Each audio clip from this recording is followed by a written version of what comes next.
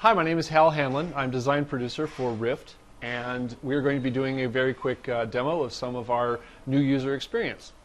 So right now we're in Character Create, and we're going to start by creating a brand new character from one of our two factions. We are going to start with a Defiant, and the Defiant faction has three races that you can choose from. You have the Eth, you have the Kalari, and you have the Bami. The Bami are my personal favorites, so I'm going to ask Chris to make one of those. The next decision you make is one of the most important, because what you're choosing is your calling. It's not to be confused with your class. This is basically selecting the group of classes that you're going to be mixing and matching for the rest of the game. So we're going to have him pick. What are you going to pick, Chris? Warrior. We're going to have. He's going to pick a warrior, and we're going to press the customize button, and we jump in here and we begin customizing our character.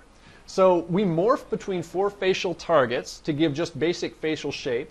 We also allow you to adjust the normal mapping to change the shading on your face. And then you can do many of the things that really let you customize your character. You can alter the rotation and scale of the eyes. You can change the size of the mouth, the nose. Hit random a few times, if you will, and you can get a sense of a huge amount of differentiation that you can get from playing this character. And pick someone you like, and let's give him a name. And let's jump into the game. We couldn't stop them. Without Ascended, we just weren't strong enough. I wasn't strong enough. The Guardians branded us heretics, destroyed our machines, and left us helpless against what was coming. Invaders from the rifts swept through the world like a plague. They crushed the Guardians, and then all of Talara fell before them. In their wake came the most ancient of evils. Yeah, escape out. So what you learn through the course of the the Defiant new user experience is that you are ascended. You have been given life and the ability to equip multiple souls into this one body. This makes you incredibly powerful relative to a normal civilian.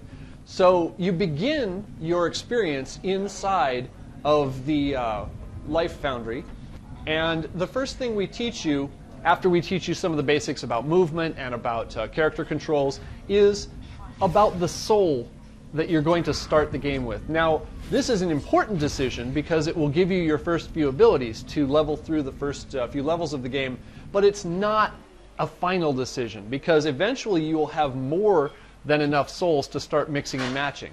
But for the short term, we teach you about what this particular soul is going to let you do, and we give you, since we're giving you a choice between 3 at the beginning, we let you very quickly talk to some NPCs, read some about the background of the soul, and then see a very quick demonstration of what kind of combat the soul is going to give you.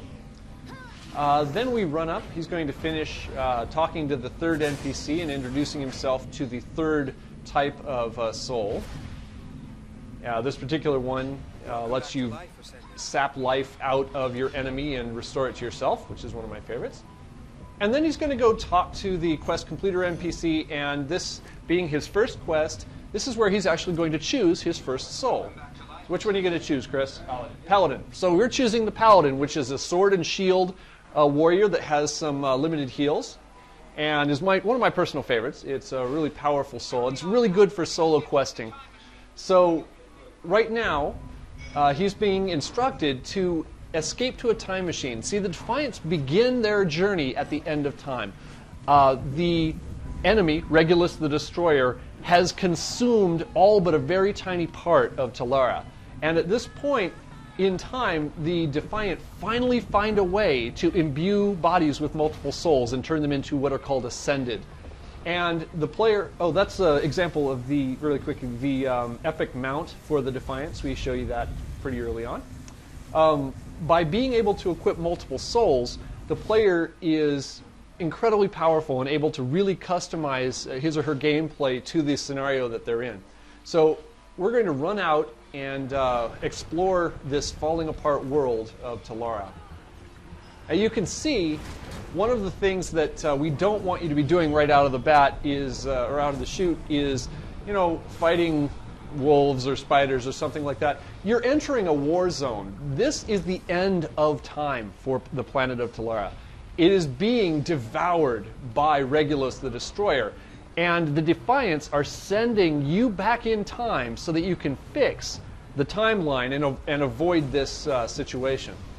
So instead of just learning about how to do farming and various rather menial tasks, this is about how in the world do I save the timeline? How do I go back and fix the problems of the past?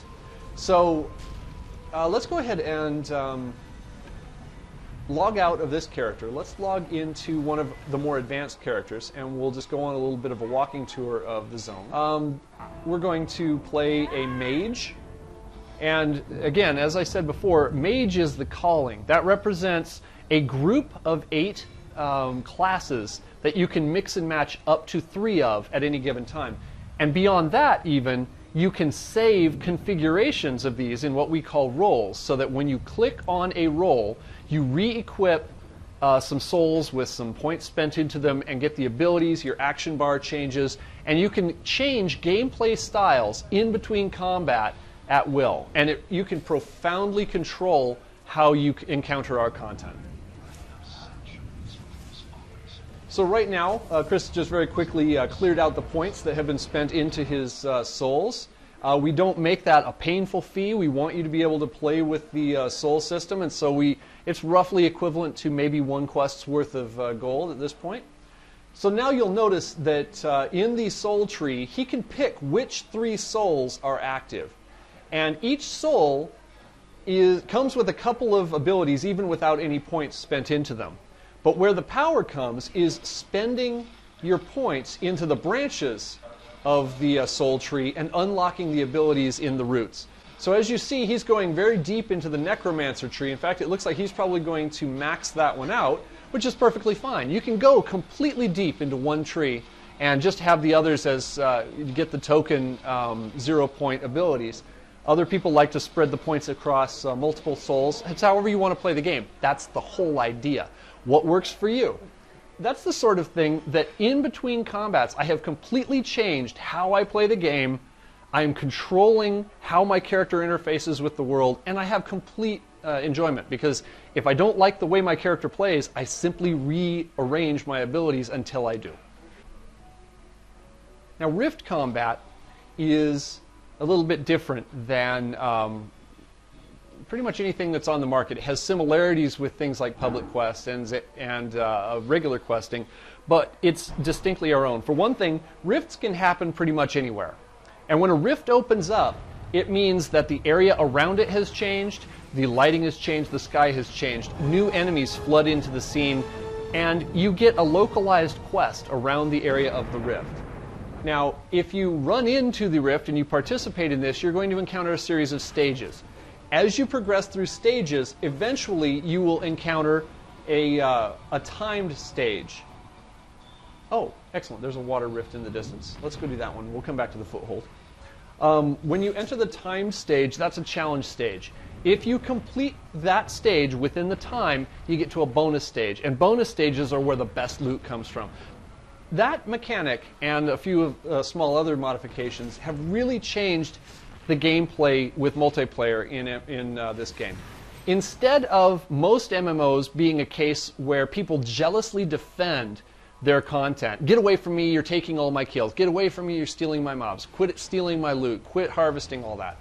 In Rift, it's awesome to have somebody join you for a Rift, because it's going to help you get past more of the unstable stages, and you're going to get more loot in the long run, because it's your contribution, not your contribution compared with somebody else's contribution. It's a great way to really meet new players. Just running from rift to rift to rift, you'll probably come across somebody who likes playing with rifts, and whether or not you form a group, you can have a very social experience. You wave at each other, you dance with each other, when you're done you cheer, you celebrate, and generally you experience a massively social gameplay that is really not typical in the industry. Most times you either play with someone you know or you don't play with anyone at all. And in this case, even if you don't group up, you have an opportunity to have some great multiplayer fun.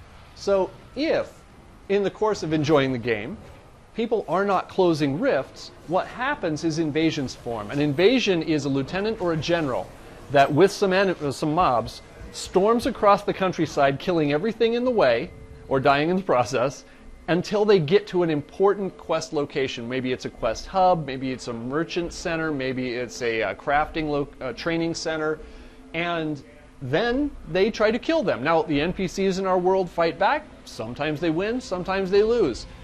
If nobody stops an invasion, that turns into a foothold where the invasion has destroyed the player content in that area and has put down their own foothold, which can now spawn invasions and take over new areas.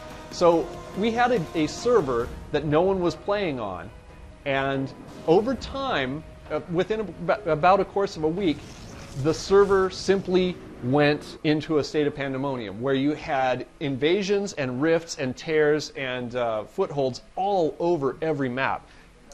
One of the greatest things about our dynamic content is even when it seems like you have failed, what you've actually done is provided more content. So if you do not seal a rift, if everybody ignores a rift, it becomes an invasion.